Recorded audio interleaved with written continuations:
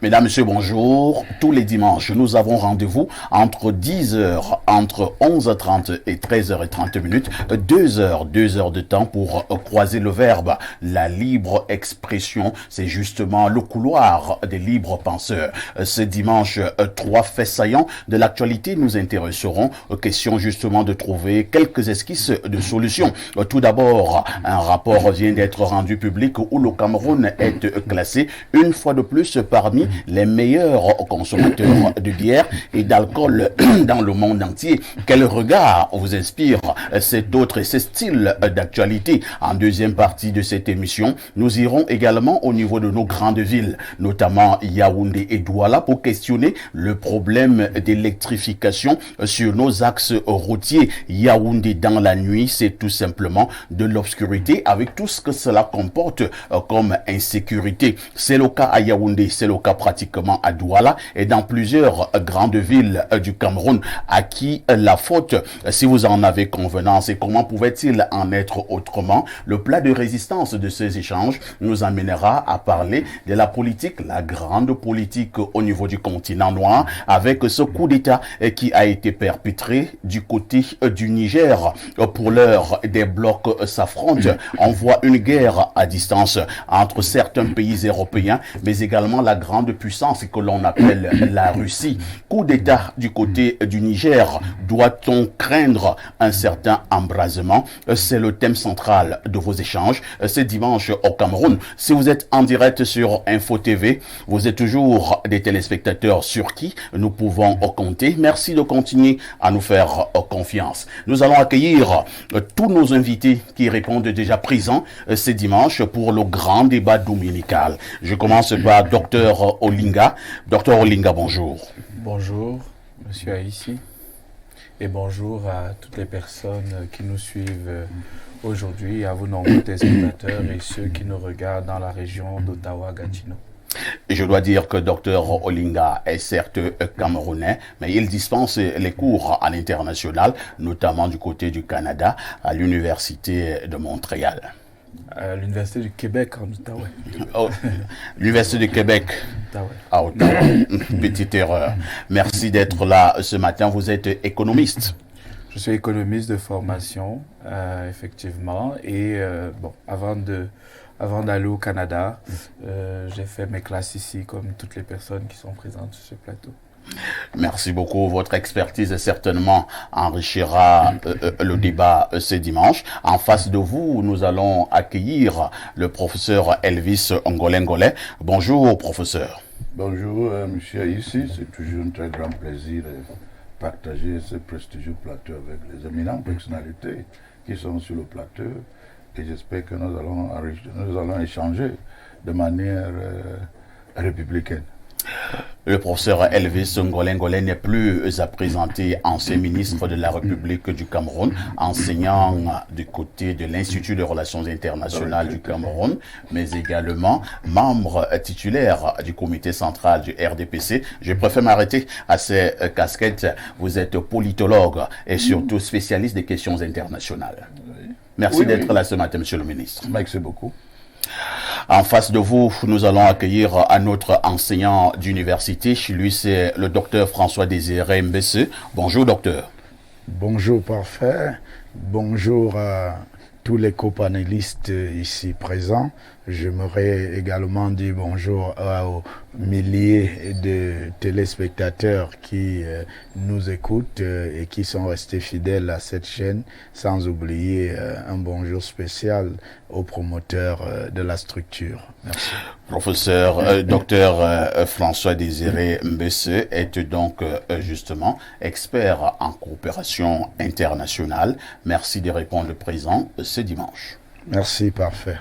En face de vous, nous allons accueillir notre consultant maison. Il s'agit de Pierre Blériot-Niemek. Bonjour Pierre Blériot.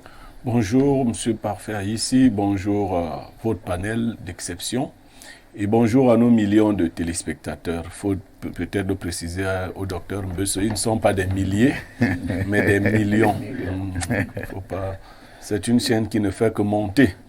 Et on vous le doit grandement à vous, monsieur Parfait ici. J'envoie également mes salutations toutes distinguées au promoteur de cette chaîne, monsieur Dieudonné Vin, qui nous a offert là une opportunité d'échanger avec le public camerounais de manière assez sereine quand même. Merci Pierre Blériot-Niémec d'être là ce matin. La cohérence de vos arguments et surtout la pertinence de vos propos nous édifieront dans le cadre de ce programme. Je devrais signaler à l'endroit des téléspectateurs qu'un troisième invité est justement en connexion téléphonique. Il s'agit du président honorable Cabral Libby, le président du PCRN, et qui justement réagira tout au long de ce programme par téléphone. Lorsque nous avons dit cela, nous marquons une première transition. Bon retour sur ce plateau. Nous vous le disions en ouverture de ce programme. Le Cameroun, une fois de plus, est classé parmi les meilleurs consommateurs de bière et globalement d'alcool. Pour certains, c'est un classement qui ne fait pas honneur à la République du Cameroun. Selon dans le classement 2023 de la plateforme numérique OAS Voteur sur la consommation de bière dans le monde, le Cameroun figure à la 4e place en zone CEMAC avec un score de 2,36 litres par habitant. Il est précédé de la Guinée équatoriale, 3,83 litres par habitant, le Congo 5,11 litres par habitant et le Gabon 5,31 litres par habitant. Ce matin, professeur Elvis Ngolengole, je vous vois sourire depuis que j'ai annoncé ce sujet. Je vais justement vous passer d'abord la parole. Un tel classement pour un pays qui se veut ambitieux et surtout qui aspire à un réel développement devrait faire problème. Merci beaucoup, M. Parfait, ici, de m'avoir posé cette question. Vous savez, cette statistique n'est pas une statistique qui doit marquer ou définir notre identité en tant que nation, pays souverain, dans un monde de compétition. Boire la bière ou la consommation de la bière, c'est un choix. Mais je ne pense pas que c'est une statistique qu'on doit considérer comme une statistique qui est stratégique ou bien très, très importante. Puisque pour moi, ce n'est pas très important. Il y a des choses qui sont plus importantes que ça.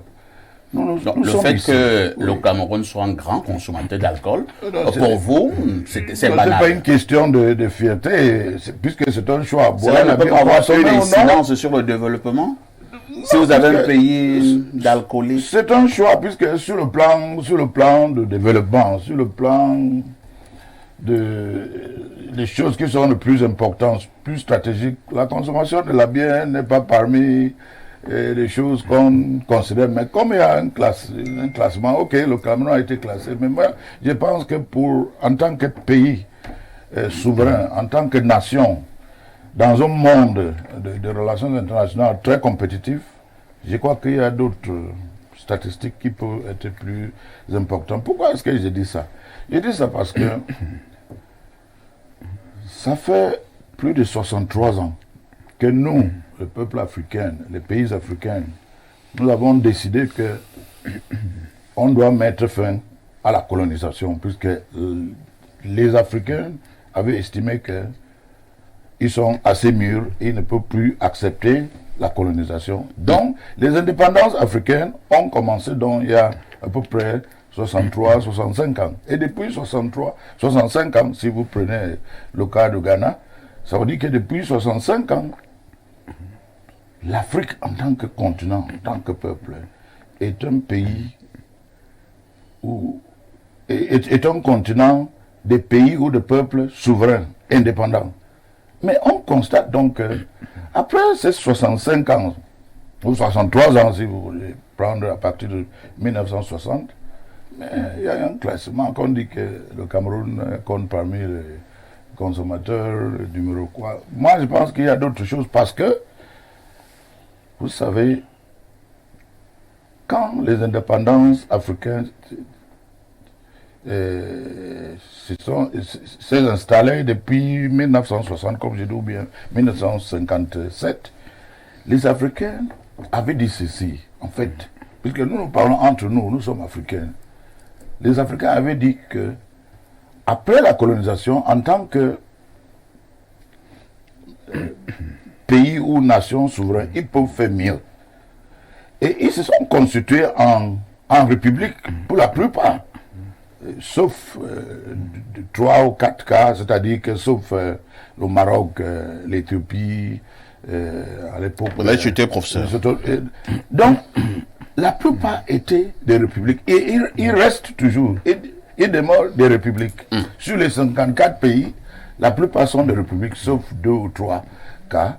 Ça veut donc dire quoi? En tant que nation, république, le peuple était souverain et le peuple était le maître de leur destin. Dans tous les sens, c'est-à-dire sur le plan de développement économique, sur le plan ils étaient maîtres de leur destin. Très bien. Mais je pense qu'être maître dans la consommation de la bière n'est pas chose que nous devons parler en tant que panafricanisme ou en tant que citoyen africain patriote. Non, je ne pense pas. C'est compris. Il y a des choses que nous pouvons parler. C'est compris, professeur. Je vais passer la parole au docteur Olinga.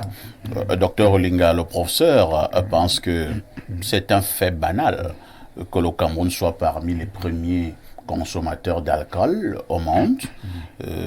Il y a mieux à faire et mieux à penser. Vous partagez cet avis?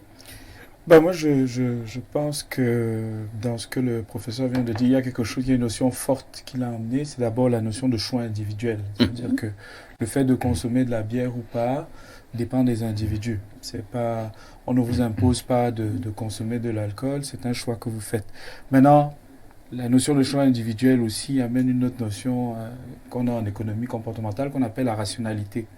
Est-ce que les choix sont faits en tenant compte de l'ensemble de l'information disponible? Est-ce qu'il n'y avait pas d'autre choix, puisque consommer de l'alcool, c'est un coût d'opportunité, c'est-à-dire que vous avez des ressources que vous pouviez consacrer à autre chose. Et maintenant, comme moi je m'intéresse beaucoup au marché du travail, quelque chose qui m'interroge, c'est la productivité. Quelle est la productivité d'une personne qui va consommer à longueur de journée de l'alcool? Et je voulais justement vous poser une préoccupation, docteur. Nous sommes tous d'accord que consommer de la bière est un choix individuel. Entre-temps, est-ce qu'un choix individuel ne peut pas impacter sur la société? C'est là où j'arrivais, c'est-à-dire, et c'est pour ça que j'ai parlé de rationalité, parce que est-ce que la personne qui prend la décision de consommer de l'alcool est au fait de toutes les options, de tous les choix qui lui sont offerts? Je ne sais pas. Et c'est pour ça que en économie, justement, on parle de rationalité limitée, parce que l'individu, même s'il avait accès à l'ensemble des informations qui étaient disponibles, à cause de la nature humaine, ontologiquement parlant, nous ne sommes pas capables d'assimiler l'ensemble de l'information qui est disponible. Et même lorsqu'elle est disponible à notre niveau, est-ce qu'on est capable de la comprendre? Ça, c'est autre chose. Donc, c'est pour ça que je parlais de rationalité limitée. Donc, et s'il y a donc une rationalité limitée, est-ce qu'on ne devrait pas avoir un débat là-dessus où on essaierait de voir ce qu'il y a lieu de faire pour justement essayer d'améliorer les choix qui sont faits. En un mot comme en mille, pour vous, un pays qui est premier ou bien parmi les leaders en termes de consommation d'alcool, il y a danger au niveau de la société, c'est ça? Pas sûr, c'est pas une relation directe. Il y a une corrélation possible, mais ce n'est pas certain. Il y a des nuances. Ce n'est pas manichéen, c'est pas blanc. Je ne sais pas si on doit faire un jeu de pour et contre. Vous êtes d'accord que le Cameroun soit parmi les... Non, moi c'est en termes de productivité. Moi, un pays justement qui est leader en matière de consommation d'alcool peut avoir une meilleure productivité? De prime abord, ça paraît difficile. Cependant, nous n'avons pas de statistiques parce qu'aucune étude a été menée entre la bière et la productivité. Pour l'instant, nous avons des présomptions. Un monsieur qui est sous, Vraiment, parlons simplement. Un monsieur qui est sous peut être productif? Non, c'est clair que non. D'accord. C'est une évidence. Docteur François Désiré Mbessé, le Cameroun à un moment donné a été premier en matière de corruption. Le Cameroun a également été premier dans des choses qui n'honorent pas l'individu. Depuis des années, nous parlons de la consommation de l'alcool. Père son âme, Charles Atebe Yéné, il y a pratiquement 6 ou 7 ans, faisait déjà comprendre qu'en une année, le Cameroun a consommé l'équivalent du fleuve Sanaga. Il parlait des millions de litres de bière et il pensait que c'était grave pour un pays qui est en voie de développement. Merci, parfait. Je voudrais, à la suite de mes prédécesseurs dans la prise de la parole, dire que il y a une question importante à se poser. Laquelle? Savoir, lorsqu'on a formulé la vision d'un pays, la vision formulée, je crois que nous sommes encore dans la logique de l'émergence du Cameroun à l'horizon 2035. Ça veut dire il y a une orientation, il y a l'horizon, et on parle de 2035. L'émergence telle que définie par le chef de l'État, le président Paul Biya, c'est avoir une économie compétitive. Et je crois savoir qu'on ne peut pas aller à la compétitivité, à la performance, si nous annihilons nos capacités à pouvoir, nos capacités de productivité, il faut le dire. Et à ce niveau, il n'y a pas de rhétorique à faire. Il faut quand même une communication qui aille dans le sens des grandes orientations. Ce bilan ne nous honore pas. Ça ne nous honore pas, il faut le dire. Parce que il est facile de dire que l'État ne fait pas. L'État ne fait pas. Mais il faut que nous comprenions que les options, les choix, les actions de chacun, en famille, hors de la famille et dans les institutions, déterminent ce que devient l'État. L'État, donc, c'est nous tous. Alors, si nous avons déjà relevé le rapport à la bière à ce niveau, c'est le curseur est au rouge. Il faut le dire. Nous ne pouvons pas aller. Et pour vous, c'est inquiétant. Et donc, c'est l'un des aspects limitatifs de l'objectif vers lequel nous sommes en train de vouloir atteindre. Donc, pour moi, c'est clair, sans embâche, je dis, un peuple ivrogne ne peut pas produire l'émergence. Merci beaucoup. Pierre Blériot-Niemek, pouvons-nous trouver une relation entre la pauvreté, la misère et la consommation abusive de l'alcool? Bien sûr, il n'y a pas qu'une corrélation, il y a une relation d'effet à cause ou de cause à effet. L'un de nos copanélistes nous a dit que c'était une décision personnelle. Non, ça c'est la perception de l'économiste. Le psychologue sait qu'il y a un ensemble de conditionnements. À travers le mécanisme grégaire qui habite l'individu, il y a un suivisme. Si je veux parler de manière triviale, vous voyez souvent, autour des consommateurs, on dit, il n'y a pas de jus sur cette table. C'est interdit. Il est interdit de boire de l'eau ou du jus sur notre table. C'est-à-dire que celui qui vous offre vous impose de consommer autant que lui ou comme lui de l'alcool. Il y a cela. Mais en mettant donc en relation l'émergence et la consommation d'alcool, vous verrez la figure. Est-ce qu'un ivrogne peut nager? Difficilement. Vous voyez, on est immergé. Et si en plus d'être immergé dans de l'eau, nous avons de l'alcool dans le cerveau, il devient difficile d'émerger. Vous voyez, c'est ça l'image. Les alcooliques, les ivrognes se noient plus facilement que ceux qui ne le sont pas. d'une part. D'autre part, quand nous grandissions, nous avions observé dans la culture africaine que les parents, les mamans qui avaient abandonné les bébés en détresse, on avait coutume de donner à ces bébés de l'alcool pour qu'ils s'endorment. Les peuples camerounais africains ressemblent donc à des bébés en détresse, abandonnés par leurs parents, et on est obligé de leur donner de l'alcool pour qu'ils se calment. Et la Bible vient confirmer cette idée, donner de l'alcool à un cœur qui souffre, pour qu'il se calme. Donc l'alcool constitue finalement chez nous une thérapie, même si c'est une mauvaise thérapie, un exutoire, même si ça n'est un mauvais, mais on est obligé, faute de mieux. Vous voulez nous faire comprendre que le politique peut utiliser de l'alcool dans un pays qui s'appelle Cameroun. Mais le politique n'ignore pas que les brasseries, entre guillemets, drainent près de 1000 milliards de chiffre d'affaires par an au Cameroun. Un pays dont 1/6 de notre budget est drainé par les sociétés brassicoles. Donc c'est voulu. Si on les taxait davantage, si on leur imposait davantage, elles seraient restreintes. On pourrait, mais on souhaite même d'ailleurs qu'elles vendent la bière à un prix beaucoup plus accessible pour que les enfants sur Facebook nous font remarquer que la maniang au Cameroun coûte moins cher que le jus. Comment on appelle ça? N'importe quel jus. Maniang, c'est 500 quand vous avez... Votre jus, c'est 700. 700. Donc, c'est plus facile d'acquérir ce qui coûte 500. Et même pour les plus jeunes.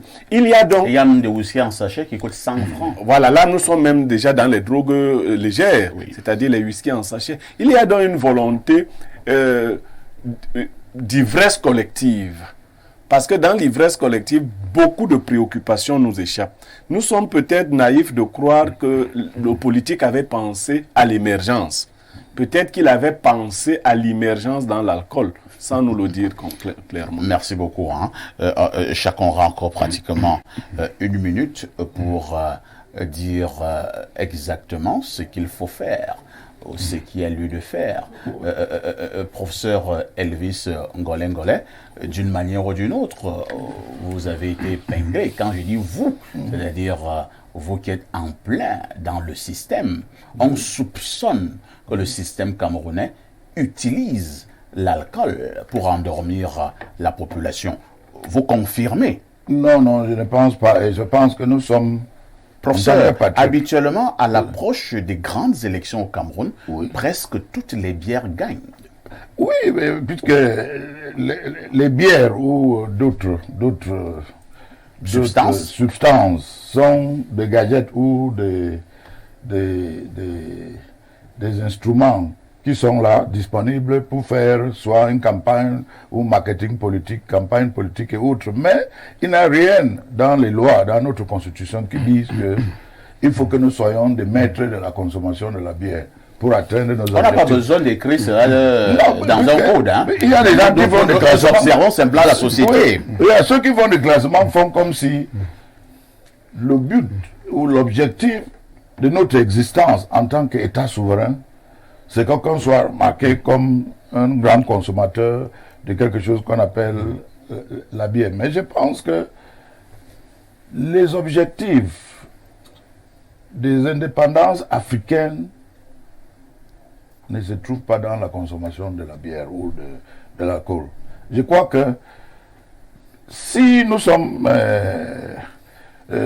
sortis parmi à la tête des consommateurs, je ne pense pas que c'est une statistique qu'on doit considérer comme importante. Puisque nos objectifs en tant que pays souverain, ce qui définit notre existence, notre identité en tant que peuple, qui ont lutté contre la colonisation, c'est que nous voulons s'assurer les meilleures conditions pour nos populations. Nous voulons assurer le maximum de développement économique. Nous voulons assurer que nous soyons compétitifs dans un monde de compétition. Nous devons assurer que, sur le plan infrastructurel et autres, que l'Afrique soit marque. Ce n'est pas dans la consommation. C'est plutôt la consommation, plutôt, moi je pense, quelque chose qui est si on parle de ça parce que quelqu'un a fait le classement, je pense que ce classement est destiné à nous, je pense, à se moquer de nous. Merci, professeur, docteur Olinga. Vous qui êtes justement économiste, n'y a-t-il pas justement un grand volet sur le plan économique? Autant nous pouvons dire que l'alcool nuit gravement à la santé, autant sur le plan économique, les industries ont besoin de vendre pour se faire du chiffre d'affaires. Monsieur Niemek, quand il a pris la parole tout à l'heure, relevé à juste titre, a mentionné le chiffre d'affaires, par exemple, des brasseries au Cameroun. Et il y a récemment un classement des grandes entreprises au Cameroun qui passait, et j'avoue que j'étais surpris parce que j'ai toujours eu la conviction que la plus grande entreprise du Cameroun était la Société nationale des hydrocarbures, alors qu'il n'en est rien, puisque les brasseries du Cameroun sont la plus grande, la plus grande société au Cameroun. Donc, effectivement, si vous regardez du point de vue de l'État, beaucoup de ventes, un grand chiffre d'affaires d'une société, ça signifie aussi beaucoup d'impôts. Et qui dit impôts dit donc financement des infrastructures et ainsi de suite. Donc on voit l'effet de ruissellement qui va vers ça. Mais pour revenir à l'essence même de la chose, quand on parlait de choix individuels et quand on parlait de rationalité tout à l'heure, c'était pour dire que si l'individu prend de mauvais choix, et si nous tous on constate que ça nuit à notre potentiel de développement dans le futur, ça veut dire qu'il y a une place à l'intervention de l'État. Ça veut dire que à ce moment-là, on peut réguler de manière efficace le comportement des individus. Comment est-ce qu'on régule? Il y a à mon époque, en 2010 et autres, il n'y avait pas une telle prolifération, par exemple, des bars à Yaoundé. Voilà. Il y avait une distance à respecter. Et la loi est d'ailleurs claire. Hein? La loi est d'ailleurs claire. Au moins 100 mètres entre deux débits de boissons. Mais au Cameroun, pratiquement, ce sont des murs mitoyens. Donc, voilà. Donc, la réglementation existe. Déjà, avec les instruments juridiques que nous avons, est-ce que nous les respectons? Ça, c'est une question à avoir. Et à qui la faute? Moi, je ne lance le blâme sur personne, mais si vous faites un constat, vous allez chercher, sans doute chercher à savoir qui devrait faire quoi. Si la loi nous dit qu'on doit avoir des débits de boissons qui doivent être éloignés de 100 mètres, alors qu'on respecte cela. Et si ce n'est pas le cas, qu'on ferme les établissements qui sont délicats. Et qui doit fermer? Les services compétents. Je ne sais pas si c'est au niveau de la préfecture, si c'est au niveau du gouvernement, si c'est au niveau de l'État, mais les services compétents. Merci beaucoup. Docteur François-Désiré Mbesseux, y a-t-il une formule pour convaincre les Camerounais à ne plus extrêmement consommer de l'alcool? Une formule, je ne sais pas si j'en dirais avec justesse, mais je voudrais quand même préciser que il faut le retour de l'État régulateur.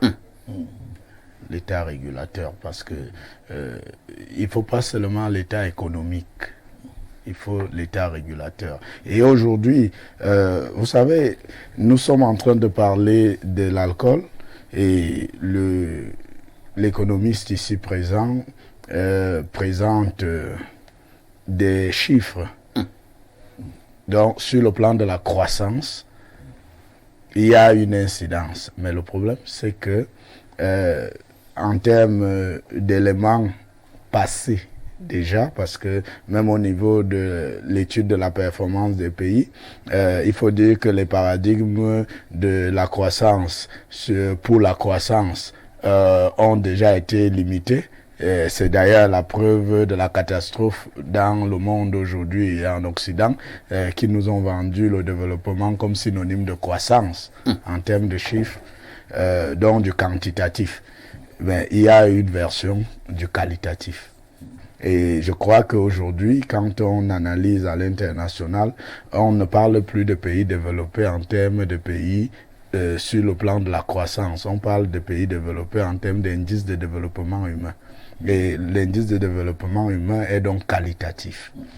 Donc, un peuple qui est ivrogne sur le plan qualitatif ne peut pas. Et lui-même est un problème pour la croissance. Parce que là, nous sommes en train de revenir sur certaines thèses. Il faut le retour de l'État régulateur. Parce que cet État a besoin d'éduquer le citoyen. Et souvenons-nous que quand on parle d'État, on dit l'État est tout, l'individu n'est rien. L'État est tout, l'individu n'est rien. C'est l'État qui conçoit le type d'individu qu'il faut, le type de citoyen qu'il faut, et met des mécanismes en place pour que ce type soit produit comme un moule. Très bien, voilà. Merci beaucoup. Pierre Blériot, mec, nous sortons par vous, et également même avec vous, pour faire un autre constat, certainement scandaleux, lorsque vous allez dans plusieurs zones rurales en ce moment, vous allez constater les ravages causés par l'alcool dans certains villages et même au niveau des zones urbaines, prolifération de certaines maladies que vous ne connaissiez pas il y a une trentaine, une quarantaine d'années, cirrhose de foie, AVC, j'en oublie certainement. Quelque part, François Désiré Ndessé, docteur, parle de l'état régulateur. Oui, mais il faut dire au docteur Mbessé et aux Camerounais qui nous suivent que l'État du Cameroun est bien régulateur. Il produit le type de citoyen qu'il veut avoir à terme. Bien évidemment, quand vous allez dans les zones rurales dont vous parliez, vous voyez qu'il y a un vieillissement prématuré de la population. L'État veut que les gens vieillissent vite, qu'ils meurent vite. Eh bien, il ça, ce sont vraiment vos paroles. Oui. Ça devient un état très compliqué. Non, mais vous avez vécu avec nous une expérience récemment. Un sous-préfet a fermé une zone très dangereuse à Yaoundé. Le quartier mini-ferme. Et 3-4 jours après, les scellés étaient levés. Tout à fait. Et on replongeait dans la même promiscuité, dans tout ce que vous ne pouvez pas nommer ici. C'est-à-dire que d'autres pressions que nous pouvions prévoir ici sont venus se mettre au-dessus de l'autorité du chef de terre pour lui dire que nous, qui sommes au-dessus de toi, avons besoin que ces choses fonctionnent de cette manière-là. Nous avions trouvé que ce sous-préfet avait du zèle. Il a estimé que tout ce qui s'y pratiquait, la promiscuité et tout le grand banditisme, la consommation excessive d'alcool et de drogue, la prostitution à grande échelle. En fait, c'est un quartier qui n'est pas très loin de Sodome et Gomorrhe. Et j'aime vous dire que ce quartier se trouve à un jet de pierre de la poste centrale, il faut le dire, et est contourné carrément par la garde présidentielle. Et c'est là que ce genre de pratique avait cours. Un sous-préfet, certainement jeune et enthousiaste, a cru devoir fermer ces débits de boissons et autres qui, eux, ne respectent aucune législation, parce qu'il faut le dire, c'est du ressort du sous-préfet de faire ce genre de choses. Sauf que plus fort que lui est venu lever la sanction et nous sommes retournés à nos habitudes. Ça veut dire que cet État, c'est le type d'individu qu'il aimerait produire à terme. On vous dira, on n'a pas d'autre chose à leur proposer alors qu'on les laisse boire, qu'ils boivent et qu'ils s'endorment. Merci beaucoup. Qu'ils boivent et qu'ils s'endorment. De toutes les façons, ce matin, nous n'allons pas boire pour éviter cet endormissement. Nous devons travailler. Le temps pour nous de marquer notre touche-pause. Bon retour sur ces plateaux de libre expression. Nous vous le disions également en ouverture. On devait également marquer un arrêt, certainement, avec une désolation pour constater le manque d'éclairage dans nos grandes villes au Cameroun, Yaoundé, Douala, Garoua, Bafoussam, et que sais-je encore. Dans la nuit, les routes sont tout simplement trempées dans l'obscurité. Comment comprendre un tel état de choses? Libre expression de ce dimanche pose justement la problématique. Je commence par le professeur Elvis Ngolé. Professeur, vous avez également fait le constat que dans la nuit, Yaoundé n'a pas d'éclairage routier, Yaoundé est trempé dans le noir.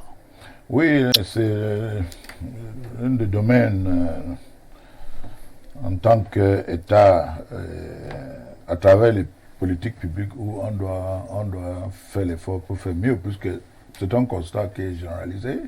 Et je pense qu'on doit tout faire pour que les politiques qui sont établies dans ce domaine-là soient nous donne des résultats un peu plus... Puisque tout le monde Professeur, est-ce que constate la même chose. Professeur, est-ce que ça ne vous dérange pas quand même, vous, qui êtes parmi les anciens, vous êtes venu à Yaoundé certainement il y a une trentaine d'années, une quarantaine d'années, vous vivez au quotidien à Yaoundé. À cette époque, les routes étaient éclairées. 40 ans plus tard, les routes ne sont plus éclairées. Oui. Lorsque vous faites ce constat, quel est le commentaire qui vous vient en tête? Le commentaire que je peux faire, c'est que, en général, en Afrique, le constat est clair qu'il y a un déficit en matière d'électrification. Ça, c'est généralisé en Afrique. Bien sûr, certains États font mieux que les autres, hein. Mais dans notre cas, puisque nous parlons du Cameroun, on constate, le constat est clair, ce que vous dites. Nous devons, nous tous, reconnaître que ça, c'est un problème dans ces domaines-là. Il faut continuer à faire les efforts puisque l'État a créé des structures. L'État a construit des barrages. L'État, il y a tellement de structures qui ont été établies et des barrages qui ont été construits. Je pense que l'État a l'intérêt à ce que dans ce secteur-là, il y a des améliorations. Je pense qu'on ne peut pas nier ça, puisque nous tous, c'est une information qui est publique. Mais on constate donc on voit dans nos grandes villes, par exemple, comme vous dites à Yaoundé, puisque nous vivons à Yaoundé, il y a des zones où il n'y a pas d'électricité. Donc on doit vraiment faire l'effort, puisque c'est clair que dans ce secteur, dans ce domaine, il y a un effort à faire. Merci, professeur. Docteur Olinga, vous qui vivez justement de l'autre côté, je présume que vous avez du mal à constater que Yaoundé est dans cet état un peu plus de 60 ans après les indépendances. Oui, écoutez, c'est un déficit infrastructurel qui ne saurait être justifié. Je pense qu'il n'y a pas de débat là-dessus. En plus, le manque d'énergie, c'est un facteur de production qui impacte sur toute autre ambition. C'est un problème de production d'énergie ou alors c'est un problème de volonté de faire en sorte qu'il y ait de l'éclairage sur la voie publique? Je ne crois pas que c'est... C'est parce qu'il y a un problème de barrage, de Nakchigal, de Mekien, de Memdele. Voilà pourquoi nous n'avons pas la lumière la nuit. Je pense en fait que la demande est toujours beaucoup plus importante que l'offre. Et malgré ce que les pouvoirs publics font, on n'arrive jamais à rattraper le gap qui se crée année après année. C'est-à-dire, quand on fait un plan avec les besoins de 2014 et on est déjà en 2020. Quand on essaie de rattraper les besoins de 2020, nous serons déjà en 2024. Comment vous qualifiez ce genre d'état? C'est l'absence de prévision. Et puis, je pense aussi qu'on ne peut pas faire l'économie de revenir sur la genèse de cette situation. En 1999, l'État du Cameroun prend la décision de privatiser la Sonel. Oui. Prend la décision de privatiser la Sonel et depuis, on a eu des sociétés privées. Et à l'époque, on nous disait qu'on privatise parce que les sociétés privées gèrent mieux que le public. C'est ce qu'on nous disait. Mais lorsque l'État, par la suite, a décidé d'avoir un plan ambitieux pour essayer de résorber le déficit énergétique, on s'est rendu compte que la part de capitaux, donc d'argent frais qu'apportaient ces sociétés privées n'était que de 300 milliards de francs CFA, où on disait que les besoins financiers pour assumer les ambitions énergétiques étaient de 14 000 milliards. Et c'est à l'État du Cameroun, à travers EDC, à travers Arcel, à travers plein de sociétés qu'elle a créées. La Sonatrel. C'était à l'État du Cameroun de trouver le moyen de financer 14 000 milliards pour financer nos besoins énergétiques. Donc là, quand on fait ce constat, on se rend compte qu'on a privatisé, mais à la fin, on est les perdants de la privatisation. Parce que quand il faut mettre en place ces infrastructures-là, c'est à l'État de trouver les besoins, c'est à l'État d'aller voir les partenaires extérieurs, d'aller au FMI, à la Banque mondiale, pour essayer de trouver de l'argent frais pour venir résorber ces déficits. Alors, puisqu'on parlait de cette fameuse privatisation, il faut dire que c'est un sujet qui peut même d'ailleurs faire l'objet de soutenance et de thèses au Cameroun, cet aspect ayant trait à la privatisation. Nous avons constaté, je présume que vous également, que la privatisation a eu un échec cuisant au Cameroun. Que fait l'ordre gouvernant?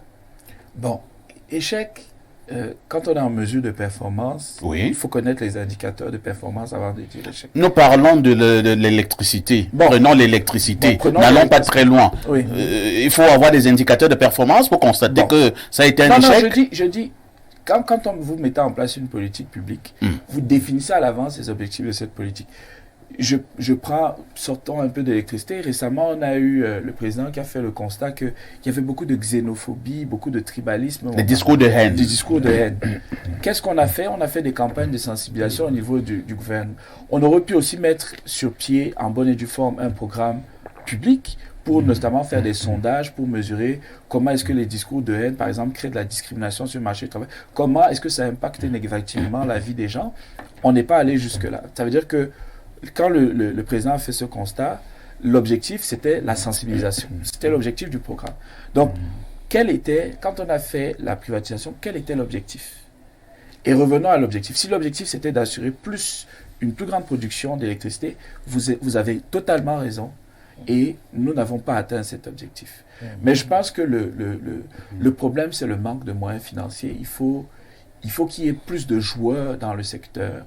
Il faut peut-être que l'État ouvre la place à de nouveaux joueurs pour qu'on puisse avoir une plus grande offre d'énergie. Parce que le jour d'aujourd'hui, le problème est clair. Il faut que l'offre augmente. Merci beaucoup. Docteur François Désiré Mbessé, selon Docteur Olinga, c'est clair, il faut que l'offre augmente. En attendant que la fameuse offre augmente, puisque nous attendons d'ailleurs que justement cette offre puisse augmenter depuis de longues années, elle est restée pratiquement statique. Quittons les gros mots. Ce manque de lumière dans la nuit au niveau des routes crée une forte insécurité que d'agression. Des personnes qui ont perdu leur vie dans cette pénombre. Oui, parfait. Je voudrais dire que nous sommes là au niveau d'une observation sur le terrain et ce sont des faits. Et je crois que des faits irréfutables. Nous ne pouvons pas jouer ici avec quelque chose dont le contraire n'est pas démontrable. Donc ça parle de même, on a vu le reportage, et au-delà du reportage, nous savons ce que c'est, même dans les campagnes reculées, parce qu'il faut le dire, la population du Cameroun n'est pas essentiellement urbaine. Nous savons bien quels sont les problèmes qu'il y a au niveau de l'électricité dans les zones rurales. Bon, alors, lorsqu'on l'a dit, nous savons également quels peuvent être les corollaires. Quand il n'y a pas de l'électricité, il y a donc, entre autres, cette insécurité dans la nuit, parce que tout ce qui se fait dans le noir se développe justement parce qu'on n'a pas la lumière qui permet de mettre en veille ces éléments-là. Bon, maintenant, ce que nous voulons dire, c'est que il est important de revenir aux causes structurelles de ce problème, cette question d'électricité. L'électricité est fondamentale pour le développement d'un pays parce qu'on parle de question d'énergie, c'est l'énergie. On ne peut pas prétendre à l'industrialisation si on n'a pas résolu la question de l'énergie. Et résoudre la question de l'énergie devient un aspect stratégique des États. Maintenant, le problème est de savoir quels sont les moyens dont dispose l'État pour résoudre de manière efficiente la question de l'énergie pour impulser son développement. Si nous mettons en veilleuse les questions de mauvaise gestion de l'ordre gouvernant, il faut quand même dire que la question de l'énergie ne saurait se résoudre à partir d'un seul pays par rapport aux besoins. Aujourd'hui, on a identifié la question de l'énergie comme des priorités au niveau de l'Union africaine.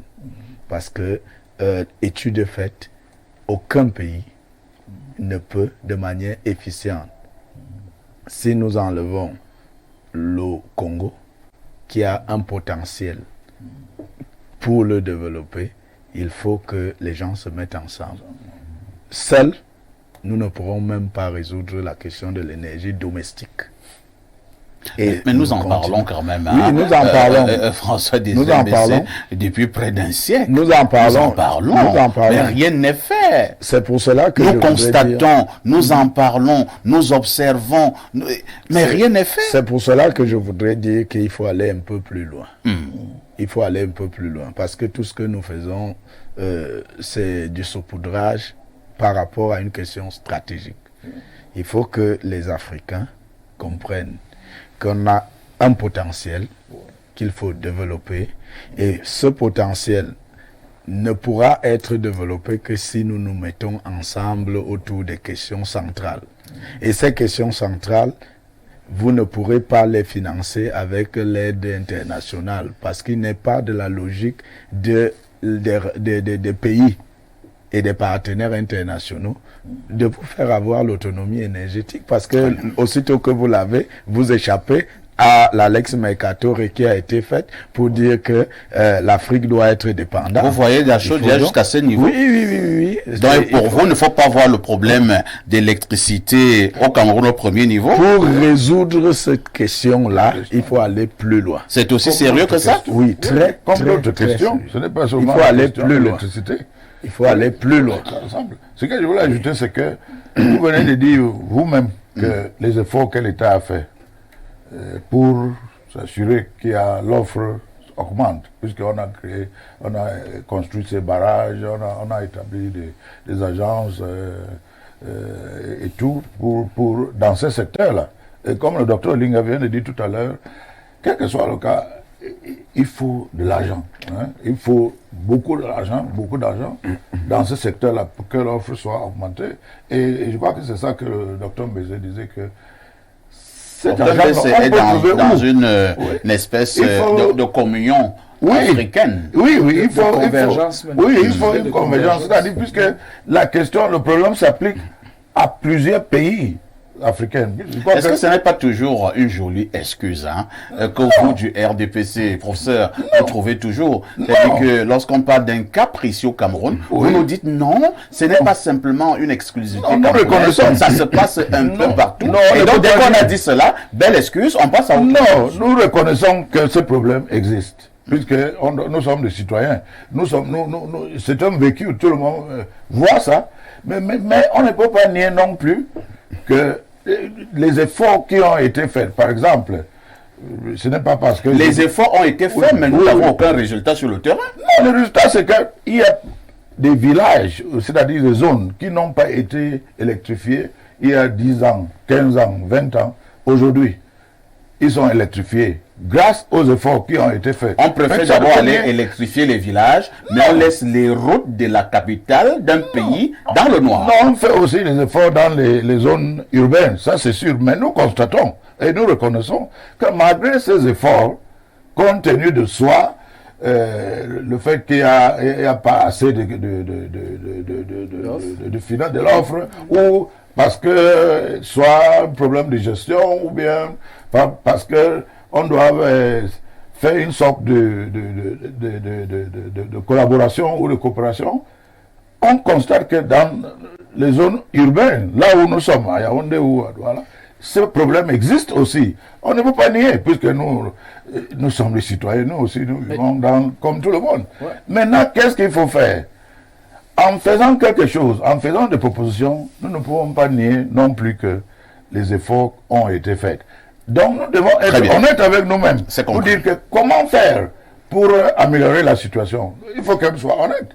C'est ça que nous voulons faire. Nous ne voulons pas être comme les autres qui disent rien n'a été fait, rien n'a été fait. Mais puisque nous constatons en toute honnêteté qu'il y a des efforts qui ont été faits, vous-même vous êtes là, vous imaginez combien de milliards qui ont été mis à disposition pour qu'on construise tous ces barrages que vous-même vous avez cités tout à l'heure là.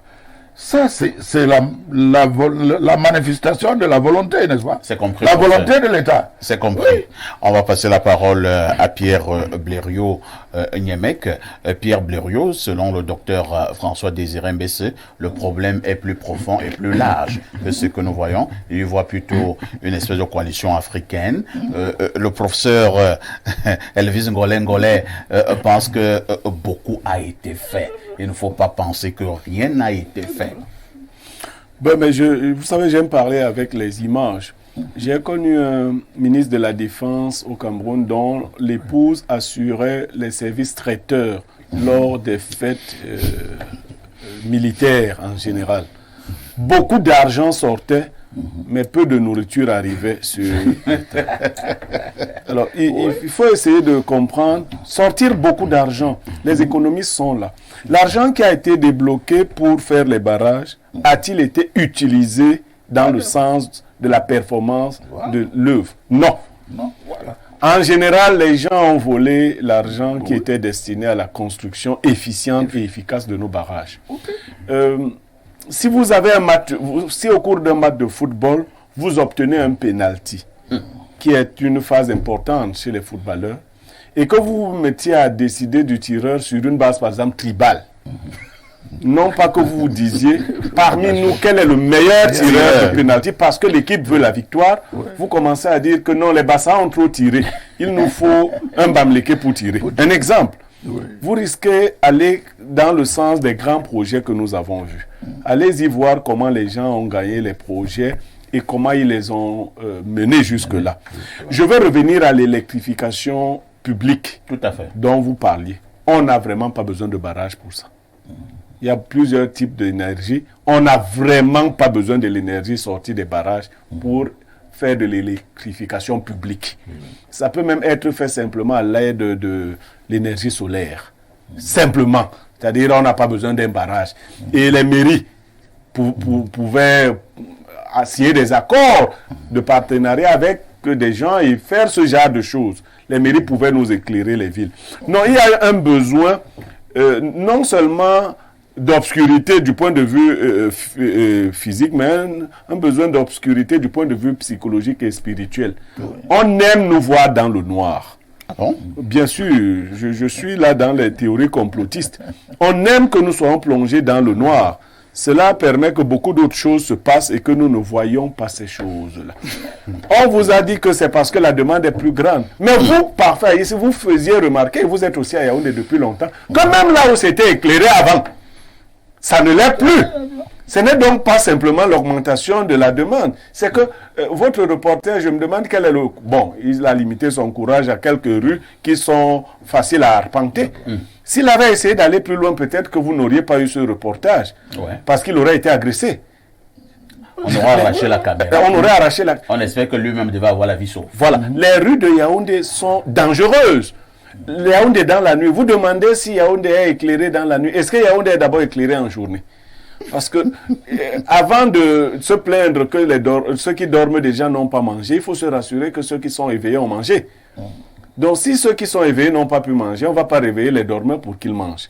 En fait, nous avons un problème grave de prévision. Le Cameroun a été géré comme une épicerie jusque-là. Les gens n'ont rien prévu. Vous voyez, quand vous allez dans la boutique du Sénégalais, c'est quand vous lui demandez du fromage qu'il se rend compte que le fromage est terminé. Il dit, ça vient de finir, on verra ça d'ici demain. Ce n'est pas comme ça qu'on peut. On savait qu'il y aurait une telle extension même. Yaoundé, ce n'est plus le Yaoundé d'hier. Yaoundé est plus grand. Les zones que nous habitons aujourd'hui. Mais Pierre Blériot, le fait que le Cameroun ait tout un ministère basé sur la planification, est-ce que ce n'est pas un exemple de ce que le Cameroun avait pris depuis de longues années au taureau par les cornes? Non, je ne suis pas ministre, mais on a un ministre sur le plateau. Je crains que la nomenclature des ministères ne réponde pas à la réalité. Les problèmes au Cameroun ne sont pas sectoriels. Et il n'y a pas une coordination réelle. On a l'impression que chacun joue sa note et que ça ne fait pas une bonne musicalité. Est-ce que le ministère de la Planification a projeté ce genre de choses? Non. Chaque ministère définit. On nous avait parlé à un moment donné des feuilles de route. Je crois qu'on n'a pas eu plus de 2 ministres qui ont été capables de nous produire des feuilles de route, c'est-à-dire des documents. À l'époque même, c'était le professeur Louis-Paul Montazé qui semblait le professeur des feuilles de route. De ses autres collègues pour les feuilles de route. Voilà. Je ne sais pas, c'est l'époque. Non, je crois que ses autres collègues avaient trouvé que cette nouvelle école à laquelle ils voulaient les appeler était une école difficile. Et on l'a obligé à abandonner cette affaire-là. Désormais, c'est de la navigation à vue. Il faut peut-être préciser ce que c'est que la navigation à vue pour nos téléspectateurs. Vous voyez, en général, les bateaux et autres font de la navigation aux instruments. Vous avez donc des instruments qui vous indiquent le cap, vous pouvez mesurer les longitudes, les latitudes, et ainsi de suite.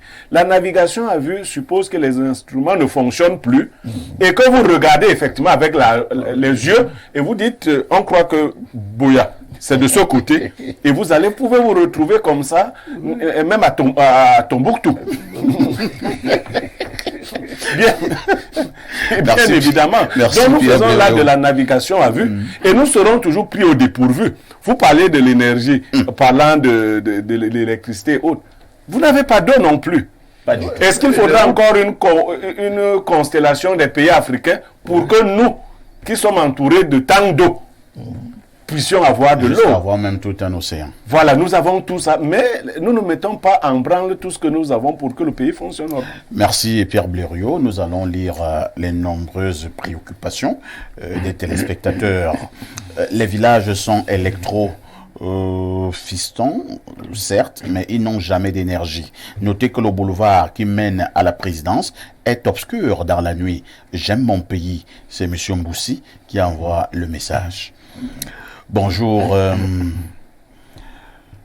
bonjour Lobos, voici, je pense pas, ce monsieur, il envoie un message qui n'a rien à voir avec la problématique. Hein.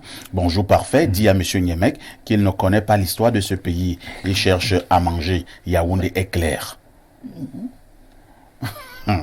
Le reportage que nous avons montré tout à l'heure, peut-être que nous l'avons réalisé à Kigali. Qu'est-ce que le message dit? Qu'est-ce que le message dit? Que vous ne connaissez pas l'histoire de ce pays et vous cherchez à manger. Yaoundé est clair. Oui, mais c'est normal. Vous voyez, nous avons donc des vampires comme ça. Vous voyez le vampirisme. C'est-à-dire, comment on a même fait pour que de tels Camerounais soient là? Alors, le Sénat du Nigeria refuse une intervention des militaires au Niger. C'est un message qui nous vient de l'Allemagne. Hein. Je pense que le monsieur, lui, il anticipe. Il anticipe. Il est pressé d'avoir la problématique centrale de ce programme. Autre message, bonjour perfecto, le Cameroun est ivre dans les labyrinthes de la misère. Pendant la tournée parlementaire des députés, dans un village très enclavé, à Msondo, dans l'Union Ekele, j'ai enregistré un record de près de 240 élans entre villageois à moins de 20 minutes et toute vérification faite, le chef du village nous a informé que tout ce beau monde était ivre de whisky en sachet. Et c'est à l'image de tout un peuple, car la misère régente finalement, la misère au Cameroun. Honorable John Nyobé qui envoie le message. Il continue en disant, du point de vue de l'électricité, il faut noter que 3 segments participent à la problématique de l'énergie au Cameroun. La production des chantiers barrages hydroélectriques immergés dans la corruption, le transport, la vétusté des lignes de transport électrique et la commercialisation. Et Néo nous a entubés. Conséquence, le Cameroun est dans le noir.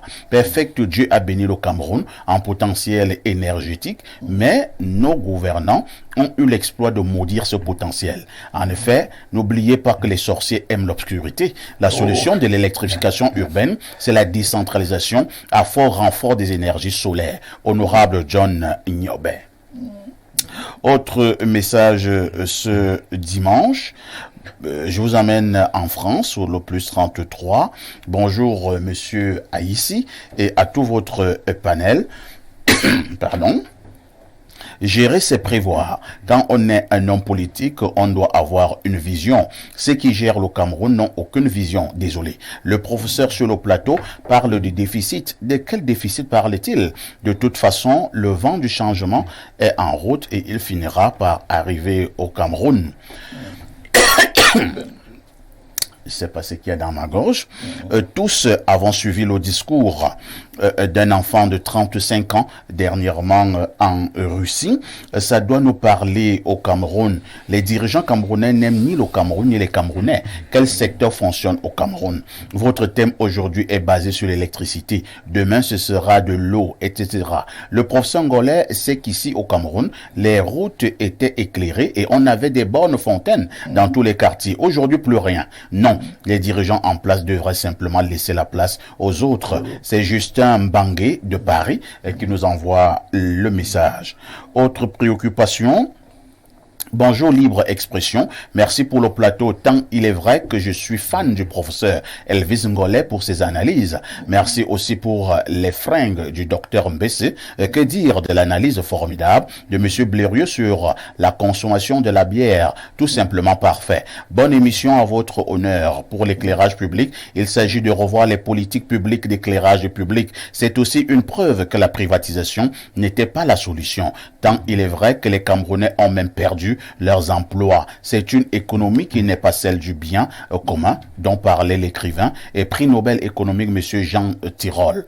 C'est de la part de Thomas Noir, analyste sociopolitique et sportif.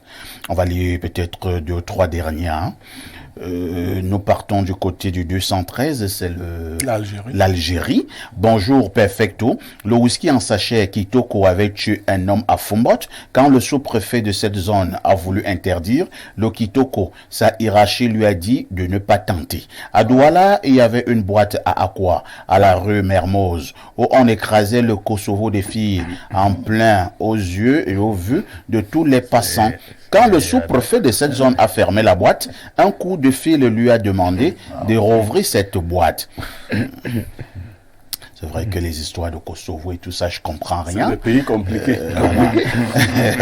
Un sous-préfet à Bafoussam avait interdit la musique de Coller la Petite et sa hiérarchie lui a demandé de lever rapidement l'interdiction s'il veut voir ses enfants grandir. Et aujourd'hui, quand les jeunes se mettent à coller les petites et à coller leurs sœurs, les mêmes gens qui avaient demandé qu'on lève l'interdiction sur la musique, Coller la Petite, sont les mêmes qui se plaignent aujourd'hui en disant que oh, le monde est gâté. On dirait que notre État fait exprès pour maintenir la population dans la débauche, la dépravation, l'alcool, l'abrutissement et la délinquance. Au Cameroun, il est très facile d'ouvrir un bar ou un business des jeux au hasard, des jeux de hasard, que d'ouvrir une école ou un centre de formation. Les mêmes gens que l'État maintiennent dans l'abrutissement seront les mêmes gens qui vont lui faire la vie dure demain. Je vous amène au plus 39, c'est l'Italie, Ferrara. Bonjour Perfecto et au panel. Certaines langues disent que les 3 premiers sont des voisins du Cameroun et sont inondés par de nombreux Camerounais qui élèvent leurs États. Le ministre dit que ce classement, c'est pour se moquer de nous. Pourquoi ne croit-il pas que c'est plutôt pour que nous cessions de boire? Il faut aussi noter que les bières frélatées ne sont pas considérées dans ce classement. Quand on saoule toute une population de cette façon, on peut gérer comme on veut pendant 40 ans avec une émergence certaine en 2035. C'est Ndobo de Ferrara qui nous envoie la préoccupation. Le temps de prendre une autre transition. Nous allons insister, on aura honorable Cabral Lébi tout à l'heure. Professeur, vous continuez, vous chuterez. Comme je disais que, vous savez, il y a 63 ans, le peuple africain avait dit qu'avec les indépendances, ils pouvaient faire ceci et cela, avoir la capacité,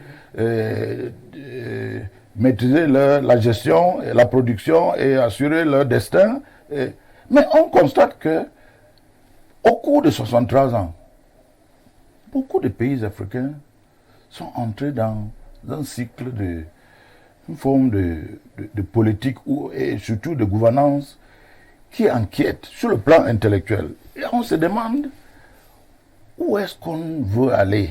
Puisque ces pays-là sont d'abord des républiques, ça veut dire les peuples sont souverains et les peuples sont capables d'assurer leur gestion, maîtriser leur production. Mais on constate que beaucoup de pays africains ont eu l'expérience de coups d'État. On se demande, est-ce que les coups d'État sont des phénomènes qui sont limités à l'Afrique. Bien sûr, sur le plan scientifique, non. Mais on constate Puisqu'il y a eu des coups d'État puisqu'il y a eu des coups d'État ailleurs en Europe et en Amérique latine, en Asie, on se demande, mais après 63 ans, nous continuons à voir ça. Ça veut donc dire quoi? Vous savez, il y a des études scientifiques qui ont été faites en sciences politiques qui disent qu'est-ce qui fait que certains pays se trouvent dans le coup d'État? Il y a 2 facteurs qui sont sortis dans toutes les études. Le premier facteur, c'est que un pays qui se trouve dans un coup d'État, il n'y a que 2 causes. Première cause, c'est que... Professeur Elvis, Ngolé, on repart au téléphone. Hein. Honorable Cabral Libi, bonjour. Bonjour, monsieur Haïssi. Cette fois-ci, c'est la bonne. Je rappelle une fois de plus que vous êtes le président du PCRN, député à l'Assemblée nationale du Cameroun. Quel est votre regard synoptique sur la situation en ce moment au Niger? Alors, bonjour à vos nombreux téléspectateurs et à vos prestigieux invités. Je voulais déjà me rassurer une fois de plus que cette fois est la bonne. C'est la bonne. Je ne parle pas dans le gris. Ok.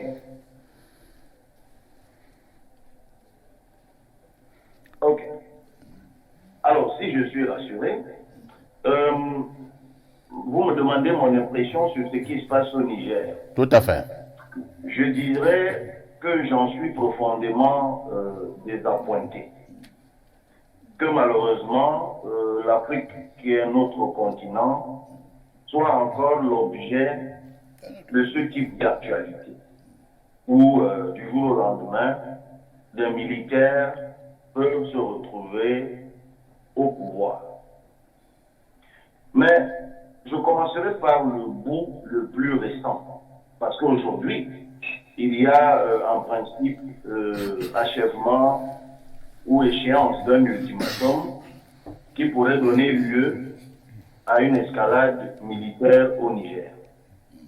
Mon sentiment est que la CEDEAO commettrait une grave erreur en initiant une quelconque opération militaire au Niger.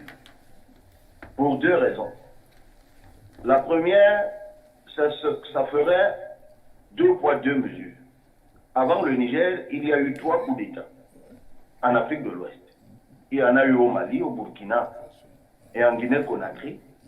Et à l'issue des 3 premiers coups d'État, la CEDEAO a préféré négocier et transiger. Alors il y a lieu de se demander pourquoi la solution qui a prévalu pour ces 3 précédents coups d'État ne prévaudrait pas subitement pour le Niger.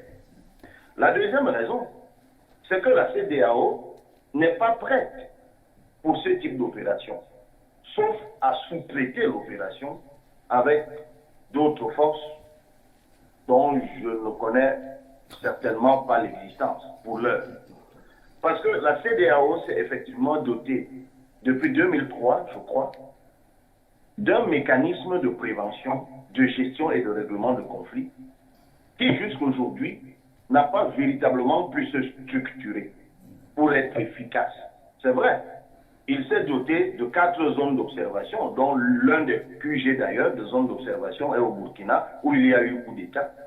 Mais c'est clair que si on s'en remet même seulement à la période de l'ECOMOG, où effectivement on se souvient de la Sierra Leone, ou du Libéria, je crois, où il y a eu ce type d'initiatives qui se sont très mal terminées, parce qu'il y avait un gros problème de coordination, il y avait un gros problème logistique. Donc pour toutes ces raisons, je pense que la CEDEAO n'est pas prête pour ce genre de choses. Il faut continuer à négocier, il faut continuer à essayer de transiger. Et j'ajouterai à cela un autre aspect de l'analyse, si vous le permettez, qui est beaucoup plus profond. C'est que, c'est quoi un ordre constitutionnel? Un ordre constitutionnel. Parce que depuis qu'il y a coup d'État au Niger, et même avant le Niger, on nous dit, oui, le coup d'État met fin à l'ordre constitutionnel, alors il faut restaurer l'ordre constitutionnel. Et là, je parle sous le contrôle d'un éminent membre du RDPC qui est sur votre plateau et qui est un grand enseignant en lyrique et qui pourra qui nous donnera son avis là-dessus. Un ordre constitutionnel est un ordre gouvernant issu d'une procédure régie par la Constitution. Ça veut dire une élection qui est régi par des règles constitutionnelles et des règles légales. On est d'accord. Mais si les règles réputées constitutionnelles et légales sont elles-mêmes dépourvues de légitimité, c'est-à-dire que ne sont plus le reflet de la volonté du peuple, peut-on encore parler d'un ordre constitutionnel parfait? Je crains que non. On aura un ordre constitutionnel légal, mais un ordre constitutionnel illégitime. Du coup, si un ordre gouvernant peut avoir la constitutionnalité de la légalité, parce qu'ils sont en mesure de contrôler les instruments de légifération, comme les assemblées, les sénats, ils peuvent se tailler des codes électoraux sur mesure pour se perpétuer au pouvoir, ne peut donc pas imaginer qu'un ordre gouvernant, qui peut être militaire ou autre, mais là en l'occurrence nous parlons des militaires, qui lui serait dépourvu de légalité, mais enveloppé de légitimité, c'est-à-dire reflétant cette fois la volonté du peuple qui spontanément manifeste. Je regardais encore hier soir la chaîne du Niger, mais vous me direz tout cela est manipulé, mais j'ai regardé d'autres, où on voit une avalanche de déclarations, de sorties spontanées de populations qui disent oui, ce sont des militaires, mais nous voulons les militaires. À ce moment-là, est-ce qu'on peut penser que cet ordre gouvernant, qui n'est pas recouvert de légalité, mais qui est enveloppé de légitimité, cesse d'être lui aussi constitutionnel? Je pense que c'est ça, c'est toute cette problématique-là qui interpelle la CEDEAO. Parce que lorsque des gens se perpétuent au pouvoir, tripatouillent des constitutions, fraudent des élections, méprisent la population, embastillent la population, répriment la population, musellent la population, qui se résigne et se recroqueville dans sa précarité quotidienne. Et lorsque cette population, par la grâce de Dieu ou par la chance ou un concours de circonstances, voit arriver au pouvoir des gens qui chassent ceux qui les ont embastillés et réprimés et muselés pendant longtemps et les soutiennent, de quel droit des gens qui se retrouvent ailleurs parce qu'ils sont dans des organisations internationales qui de surcroît sont incapables elles-mêmes de se prendre en charge, pourraient leur faire la leçon? Et même je sors par là. Parce que j'écoute la communauté internationale, la fameuse communauté internationale. Je suis juriste internationaliste, je suis bien sensible à tout cela. Oui, mais moi j'entends les États-Unis, la France, l'Union européenne prendre la parole, menacer, rappeler leur population. D'accord. Mais quand ça s'est passé au Tchad, qu'est-ce qui a été fait? Ah ben tiens, parfois il y a des coups d'État qui sont donc acceptés. Et là-bas, on n'a pas déguerpi toute la France, toute la Belgique et tout le reste, mais subitement dans un autre, il faut le faire. Non, je crois, et c'est quelqu'un qui l'a dit sur votre plateau tout à l'heure, je crois qu'il faut que pour une fois les Africains apprennent à se prendre en charge. Et je crois que dans notre culture et dans notre tradition, nous pouvons trouver les ressources pour négocier, pour transiger et surtout pour que la volonté du peuple, à chaque moment de notre histoire, puisse prévaloir. C'est ça la démocratie. Merci, honorable président Cabral Libye. Vous allez rester en stand-by. Nous allons vous reprendre dans une quinzaine de minutes pour évoquer un autre aspect et entrer au coup d'État au Niger avec toutes ses implications. À tout de suite, Cabral. C'est vous, professeur Elvis Golengolé, qui aviez la parole. Vous poursuivez. Cette fois-ci, j'espère vraiment pour chuter. Parce que de plus en plus, c'est difficile de vous voir chuter. Bon, d'abord, j'apprécie l'analyse de l'honorable président, honorable Cabral Libye. Ce que je peux lui dire, puisqu'il a indiqué le fait que je suis associé à l'IRIC, de dire ceci, que lorsque il y a 63 ans, les pays africains ont dit que ils sont des républiques. Ce qu'il voulait dire en sens, c'est que par ça, c'était qu'ils voulaient que désormais, avec l'indépendance, que la gestion de pouvoir, la gouvernance, soit basée sur les valeurs républicaines. C'est-à-dire, le peuple doit être le début et la fin de la gouvernance. C'est le peuple qui doit déterminer le pouvoir au peuple. Le pouvoir au peuple. C'est ça. Power to the people. C'est ça la définition d'une république.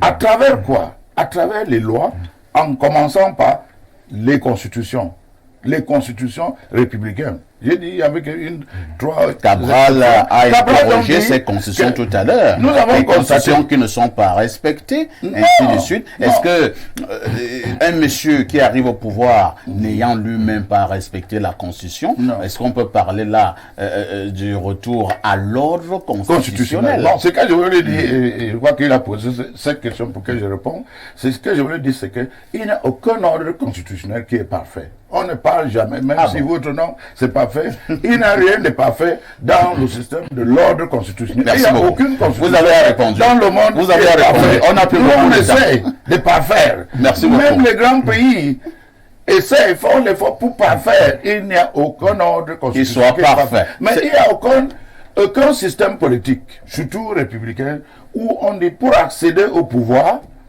il faut passer par les armes, c'est-à-dire par les coups d'État. C'est compris, professeur. Les militaires sont des gens qui sont bien pour les formés, casernes. bien formés, nous les apprécions, nous les admirons. Mais à chacun son job. Les républiques, chacun a son job. Merci beaucoup. Voilà. Je passe la parole au docteur François Désiré. Monsieur François Désiré, et Cabral l'a relevé tout à l'heure, je voulais justement qu'on puisse mettre un emphase, cette emphase de manière particulière ce matin, pour analyser un peu et comprendre ce soutien des Nigériens eux-mêmes. Ils soutiennent les putschistes, ils soutiennent les militaires. Et de manière générale, depuis que nous observons ce qui est arrivé au Niger, on a la nette impression que le peuple africain soutient mordicus les putschistes. Est-ce qu'il y a une explication à cela? On soutient des gens qui prennent le pouvoir par les armes. Explication, oui. Justification, non. Explication parce que, autant pour moi, lorsque nous sommes là dans une relation de cause à effet, et on a coutume de dire qu'il existe 3 types de violences. Ouais. La première violence est celle qui se produit lorsque il y a un acteur qui brime et qui viole les droits de l'autre. C'est la première violence. Mais cette violence génère une deuxième violence. C'est la violence de celui qui, ayant beaucoup pleuré, décide de réagir. Et l'instinct de survie arrive à ce que pour revendiquer son droit, il use de la violence. Maintenant, il y a la troisième violence, c'est celle de celui qui, ayant réagi à une violence par la violence, lui-même opère le même phénomène. Et à ce niveau, nous sommes à la troisième violence. Maintenant, ce qu'il faut savoir ici, c'est que nous ne sommes pas au premier coup d'État au Niger. 5e du genre. Et dans les autres pays. Mais la solution des coups d'État a toujours été insatisfaisante dans ces pays-là.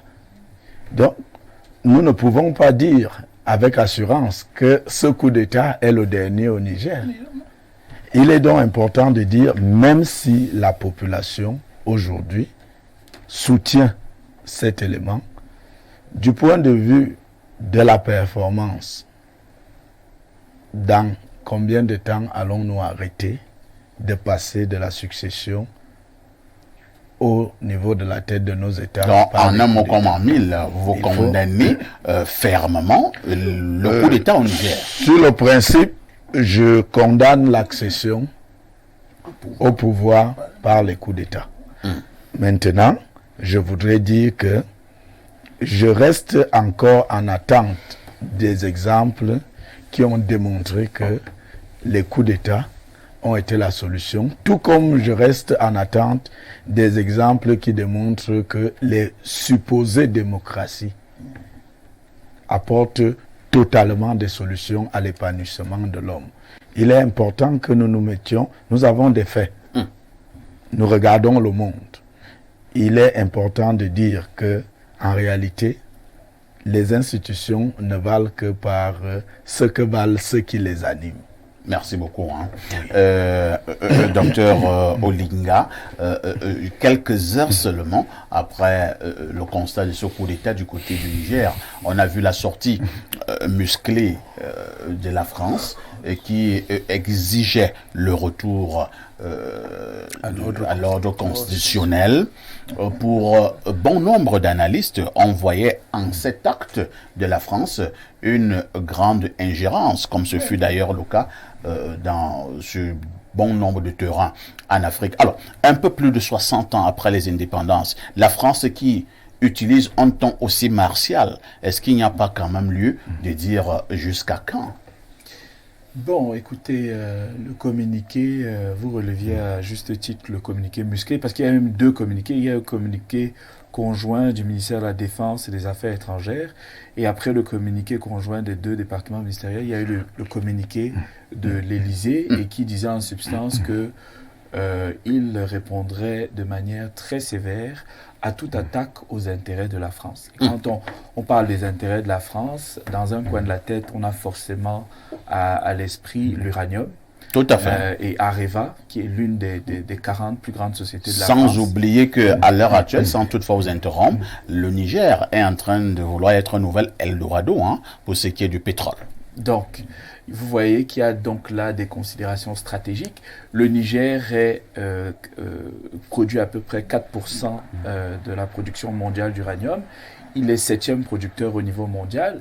Donc, si nous sommes dans un monde qui, malheureusement, avec le conflit en Ukraine, nous a emmenés dans une sorte de bipolarité, où vous avez un camp occidental et vous avez un autre camp en face. Donc, si ce ne sont pas les Occidentaux qui ont accès à l'uranium, qui aura accès à l'uranium? On a aussi à l'esprit que nous sommes dans une zone sahélienne où nous avons des problèmes de terrorisme. Donc, cela n'exclut pas que ces quantités d'uranium produites là se retrouvent entre des mains peu amicales.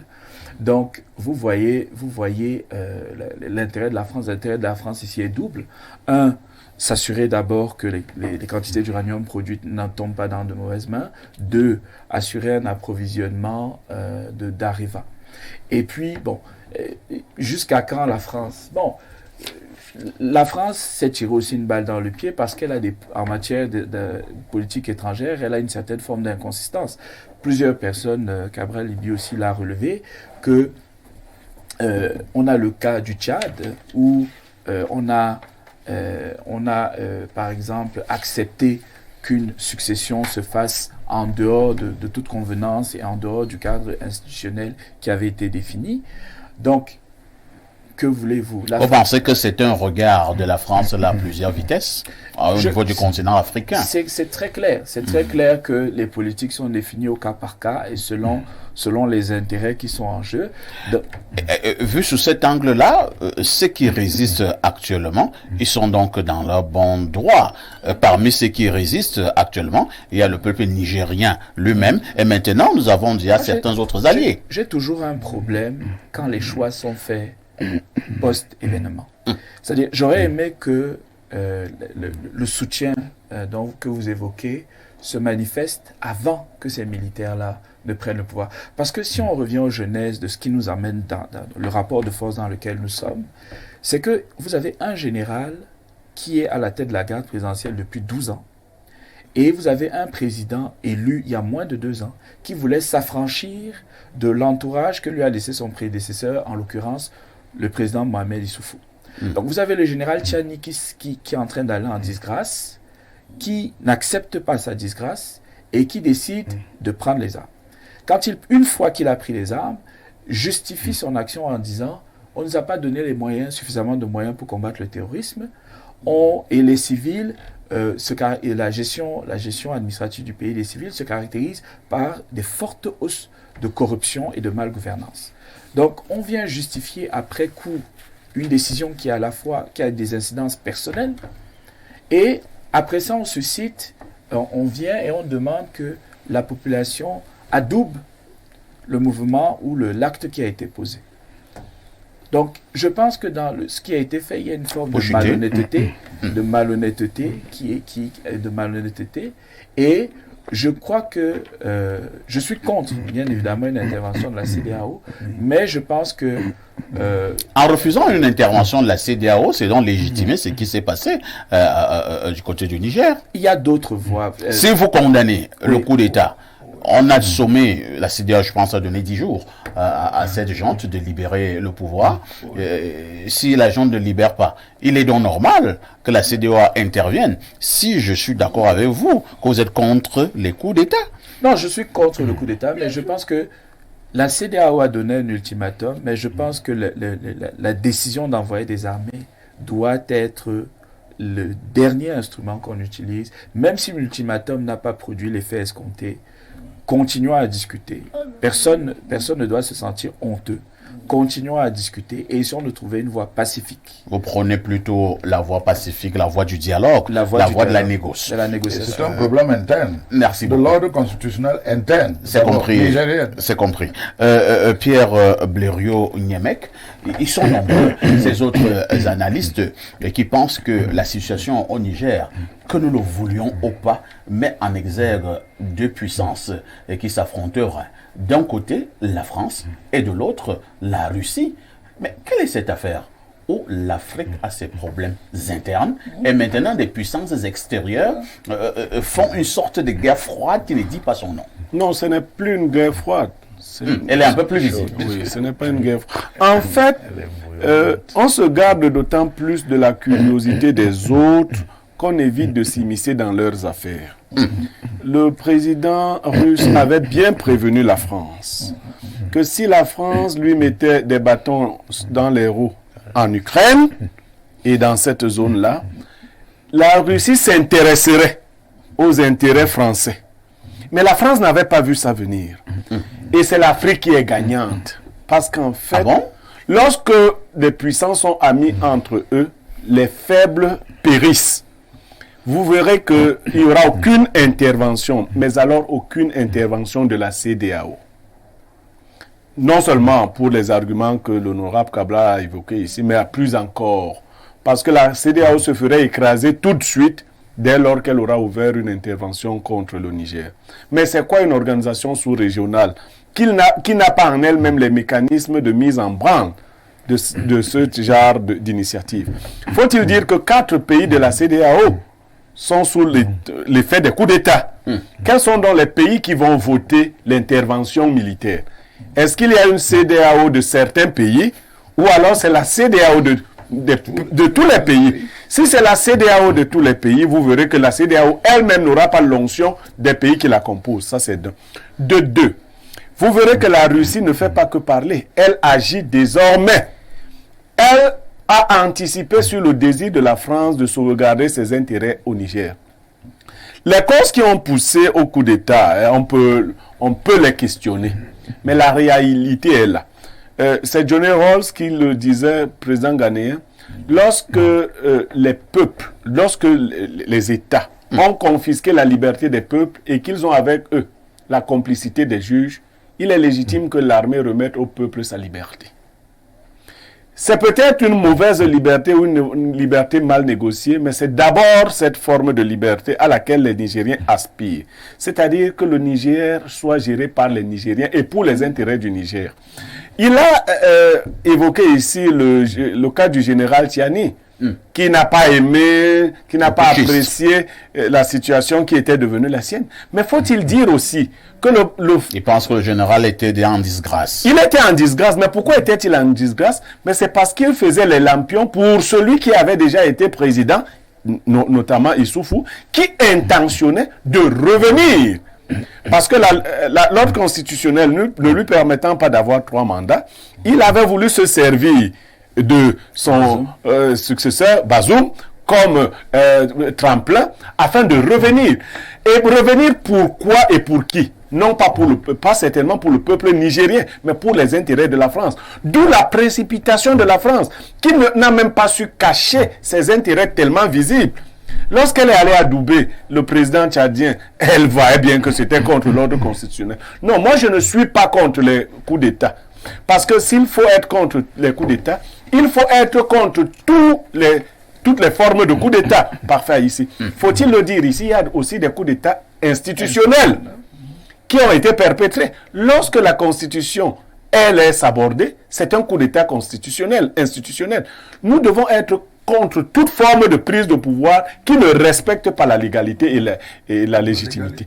Et dans le cas d'espèce, donc, nous allions vers une situation, n'est-ce pas, assez difficile pour les Nigériens, avec un président qui a utilisé son successeur comme une sorte de pion afin de revenir lui-même au pouvoir.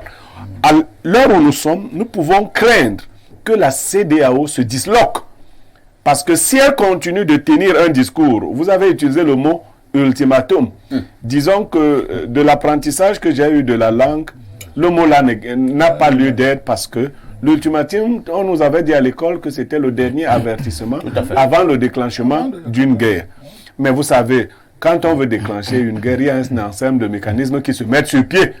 Un copanéliste nous disait entre deux coupures ici qu'il s'est réveillé ce matin pour constater que la guerre n'avait pas encore déclenché. Mais entre-temps, on peut aussi constater que la France a demandé à ses ressortissants, pour ceux qui voulaient quitter le Niger, de bien vouloir quitter. La France a d'ailleurs mis des moyens sur pied pour faire partir les habitants. Est-ce que ce ne sont pas quand même des indicateurs, bien des indices à prendre au sérieux? Non, ne prenez pas ces indices au sérieux. Avant, c'était des indices qu'il fallait prendre au sérieux. Aujourd'hui, si un homme agité, au lieu de taper, qui veut taper sur son épouse, commence à dire aux enfants, sortez d'abord, mettez-vous de côté. On n'a plus besoin de ce genre de théâtralisation de la scène. La France dit que ceux qui veulent partir partent. Si elle était sûre que le Niger s'embraserait, il allait demander à tout le monde de partir. Elle allait évacuer de toute urgence et Manu Militaire et tous ses ressortissants. Elle a déjà compris le message que la Russie lui a envoyé. Et puis, voyez-vous, un grand guerrier comme, enfin, une grande armée comme l'Algérie a pris fait et cause pour le Niger. Il faut condamner ici la sortie malheureuse du Nigeria du point de vue de son chef d'État. Même si le Sénat est venu rétablir l'ordre. Bien évidemment, mais aussi de celui que j'appréciais le plus de tous les chefs d'État de cette zone, le béninois Talon. Je ne sais pas à quoi il veut jouer là. S'il ne fait pas attention, ce qui se passe dans la maison de la poule pourrait aller jusque dans la maison du canard. Merci beaucoup. On lit encore rapidement quelques préoccupations des téléspectateurs qui sont très intéressés par cette situation au Niger. Le coup de force n'est pas une solution. Les militaires sont là pour sécuriser nos territoires à travers nos constitutions. Nous traversons une époque où le dialogue est la seule solution. Autre message.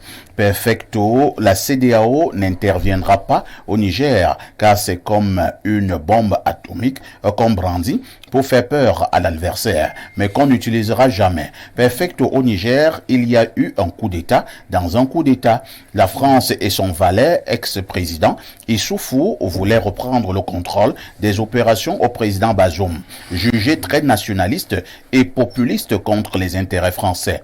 Le but étant de confier le pouvoir à Sani Issoufou, le fils de l'autre ministre du pétrole et des énergies. Merci, c'est un message bien long. Nous allons lire jusqu'à ces niveaux-là. On prend une autre préoccupation. Bonjour, parfait. J'aimerais entrer en contact avec le docteur Olinga Mbada. C'est un ami d'enfance du collège Jean Tabi. C'est Patrick Messina qui envoie le message. Vous connaissez Patrick Messina? Oui, très bien. D'accord. Essayez donc d'appeler après le programme. On verra... On fera un effort. Autre message, bonsoir monsieur et toi, et j'exprime, permettez-moi, la redondance, l'expression de mes sincères civilités aux autres panélistes. Situation au Niger, faut-il craindre l'embrasement? Je dirais oui. Pourquoi? Parce que ce sont les Occidentaux qui instrumentalisent la CEDEAO pour agir militairement au Niger, alors que eux, ils sont en train de sortir leurs ressortissants du Niger. Voyez-vous comment ils sont intelligents? Donc, que les dirigeants de la CEDEAO soient sages et intelligents, car ce sont les populations nigériennes et celles de ces pays frontaliers du Niger qui en paieront les frais, ok? Donc, Africains, restons sages. Mais je peux vous rassurer, monsieur et toi, il n'y aura rien au Niger. Ils vont juste prolonger la durée de la menace pour une éventuelle négociation. C'est Rodriguez Moreno depuis New York et qui envoie le message et il dit à la fin, good day. Merci beaucoup de nous suivre à partir de New York aux États-Unis. Nous prenons la dernière ligne droite de ce programme, tout en demandant à notre réalisateur de pouvoir nous mettre encore en contact avec l'honorable président Cabral Libby. Je recommence par vous, professeur Elvis Ngolé. Entre-temps, quand même, lorsque nous parlons du Niger, je pense que c'est l'économiste qui est revenu avec des chiffres tout à l'heure. On parle d'uranium, à côté on parle du pétrole et plusieurs autres ressources. Le Niger, de plus en plus, constitue un enjeu au niveau de l'Afrique de l'Ouest.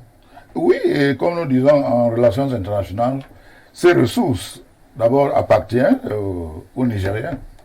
Et ça fait partie de ce qu'on appelle les atouts de leur politique étrangère, même pour leur développement.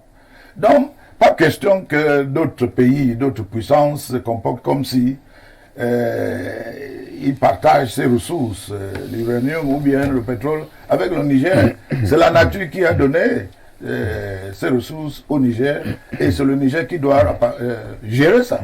Ce que je peux dire, c'est que le problème dont on parle du Niger, c'est un problème de l'ordre constitutionnel interne nigérien. Et vous le savez, M. Parfait, ici, non, les Africains, l'Afrique s'est déjà réveillée ici, ou bien l'Afrique s'est réveillée.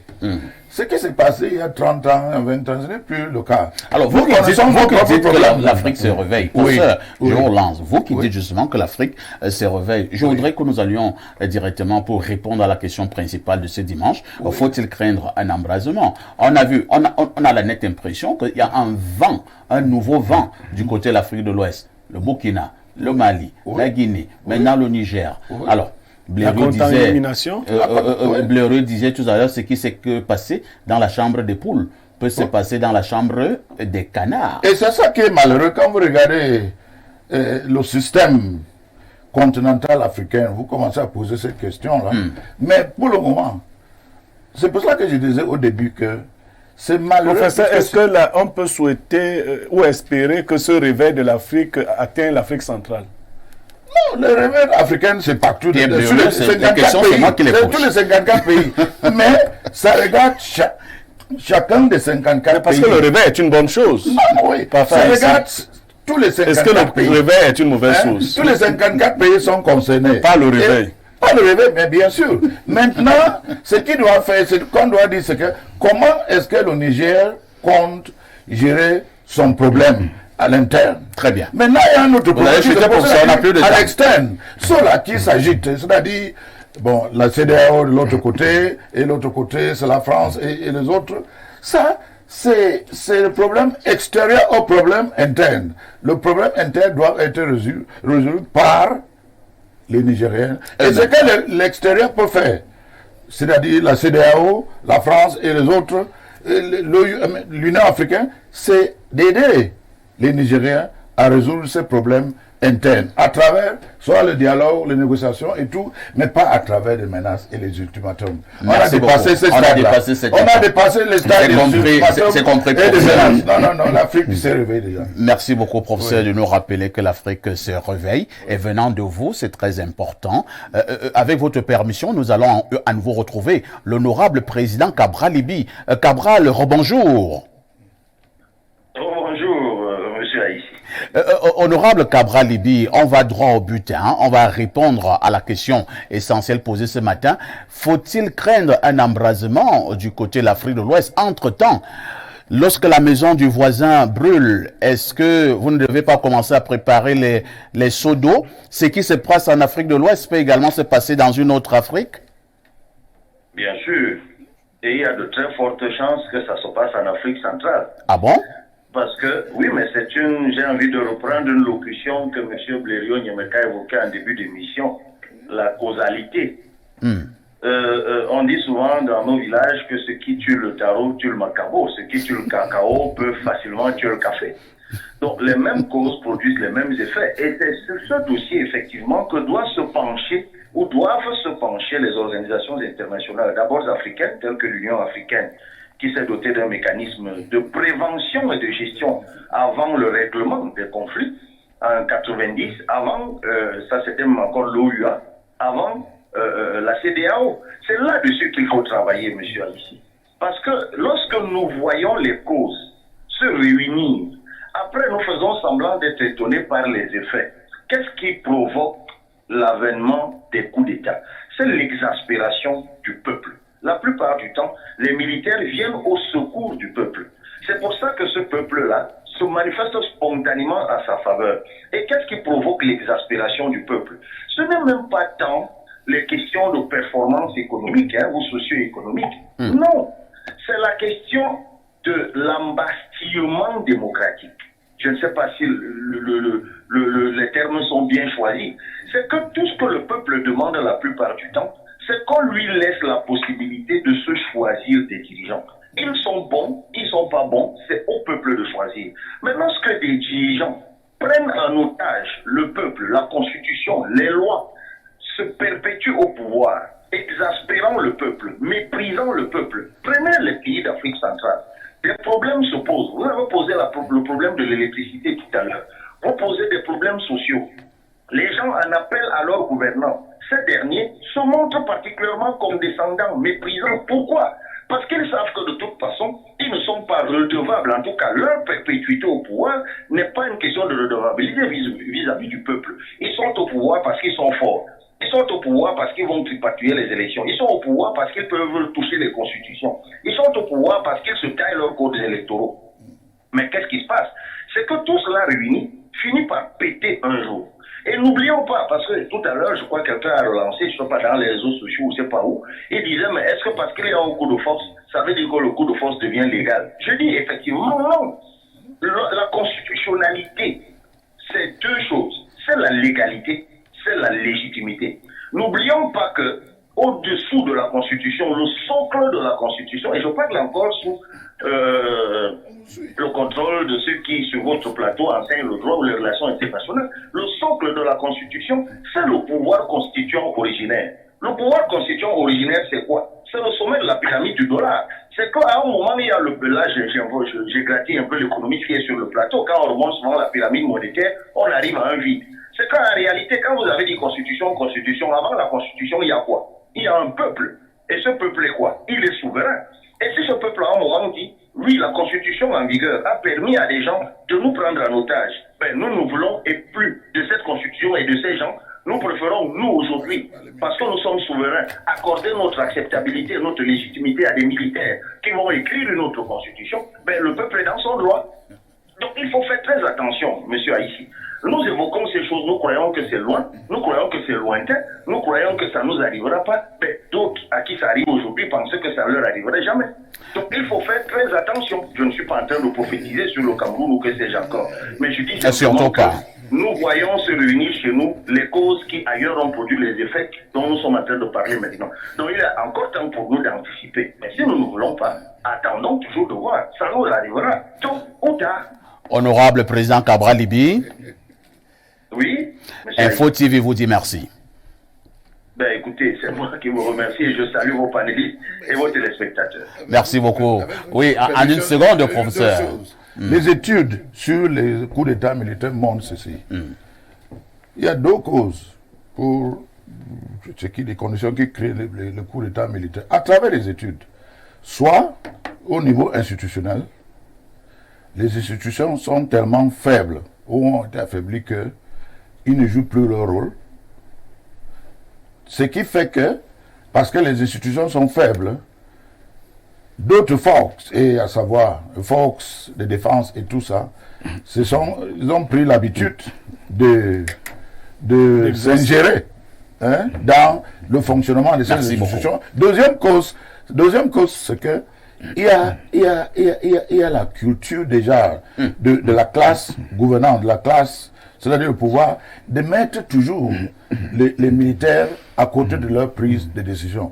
Et une autre statistique que je vais vous donner à travers les études, c'est que dès qu'un coup d'État se reproduit une fois, soyez assurés qu'il y aura une deuxième. Donc pour éviter le coup d'État, il ne faut jamais accepter que ça se fait La première fois. seule fois. Sinon, il y aura toujours la deuxième. Dieu merci pour le cas du Cameroun. Nous n'avons jamais eu de coup d'État. Donc, sauf votre une tentative de coup Une d'État. tentative n'est pas un coup d'État. Ça, c'est vrai. Docteur Mbesse, nous n'avons plus beaucoup de temps. Je voudrais que vous puissiez prendre une minute, même si la question que je vous poser peut être compliquée d'apporter des éléments, des réponses en une minute. On parle de problèmes de constitution. Bon nombre de nos pays africains ne respectent pas les constitutions et surtout les pays de l'Afrique centrale. Un pays qui voit toujours sa constitution manipulée au gré des intérêts, est-ce que ce pays-là ne court justement pas le risque de voir parfois des opérations de force? Oui, parfait, vous parlez de constitution, c'est la loi fondamentale et dans le régime que nous avons, elle est inviolable, par principe. Mais le problème, c'est savoir si l'autonomie de l'écriture de la Constitution est assurée d'abord.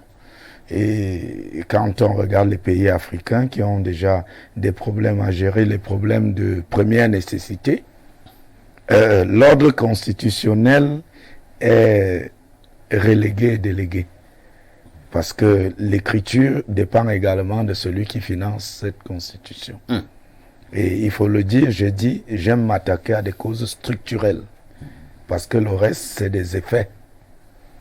Alors, le chasseur, accompagné de son chien, lorsqu'il suivait le phacochère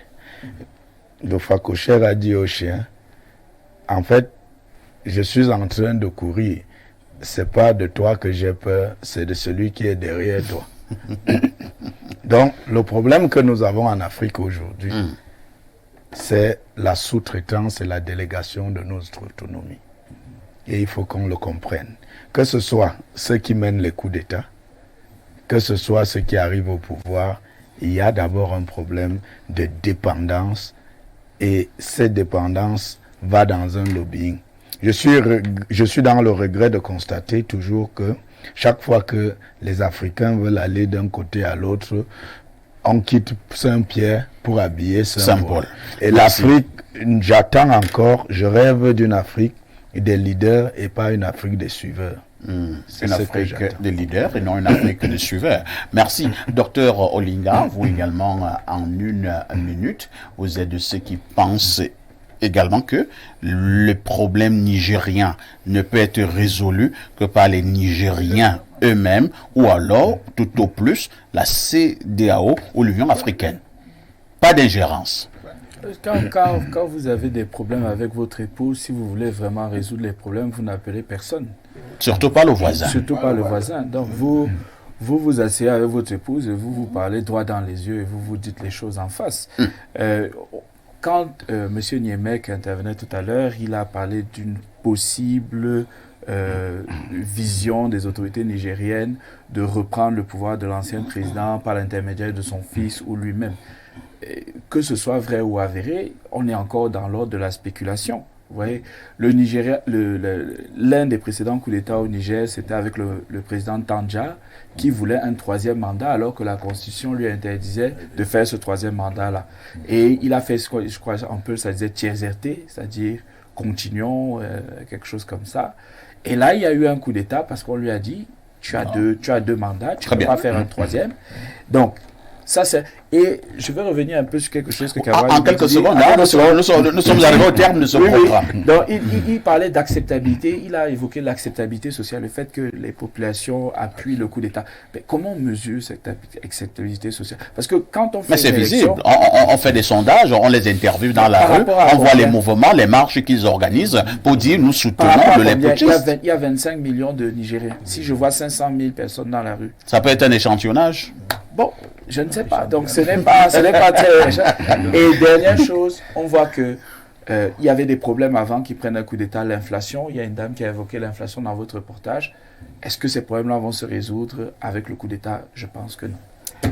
Pierre Bleriot-Niemek, nos yeux, nos oreilles en tant qu'Africains restent donc pour leur arrivée du côté du Niger. Nous prions le Seigneur Tout-Puissant pour que cette chose, cette affaire, on dira peut-être tout est bien qui finit bien.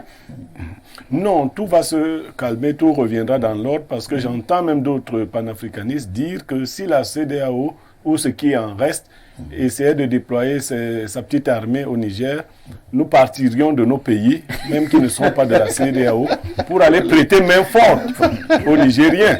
Non, le copanéliste demandait comment on mesure l'adhésion populaire. Lorsque vous avez appris à vassaliser les populations, c'est-à-dire à enseigner aux populations à applaudir le pouvoir en place, quel que soit celui qui prendra le pouvoir, il sera applaudi par les mêmes populations. Merci beaucoup. Nous sommes arrivés au terme de ce programme.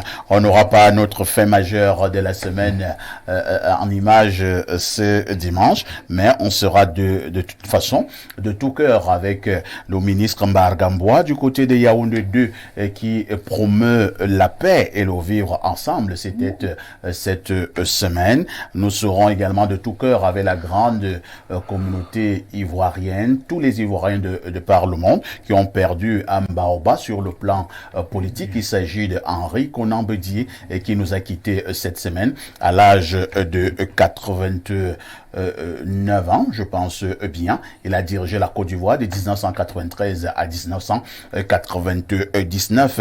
Et pourquoi ne pas adresser nos félicitations les plus sincères au directeur général Cyril Edou, alors le directeur général du budget est désormais docteur PhD avec mention très honorable. C'était du côté de l'université de Douala cette semaine qui s'achève. Merci à docteur François Désiré Mbesse, expert en coopération internationale, qui est venu nous édifier ce dimanche. On dira merci à notre frère qui distille la science de l'autre côté du Cameroun, du côté d'Ottawa. Il est enseignant dans l'université de ce côté. Il est économiste. Merci à Pierre Bleriot-Niemek. Il reste le consultant sur Info TV.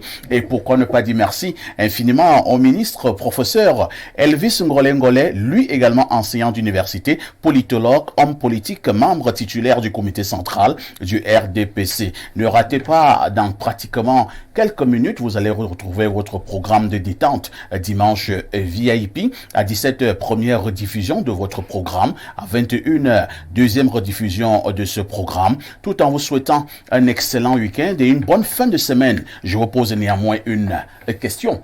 Avec tout ceci, que faites-vous encore ailleurs?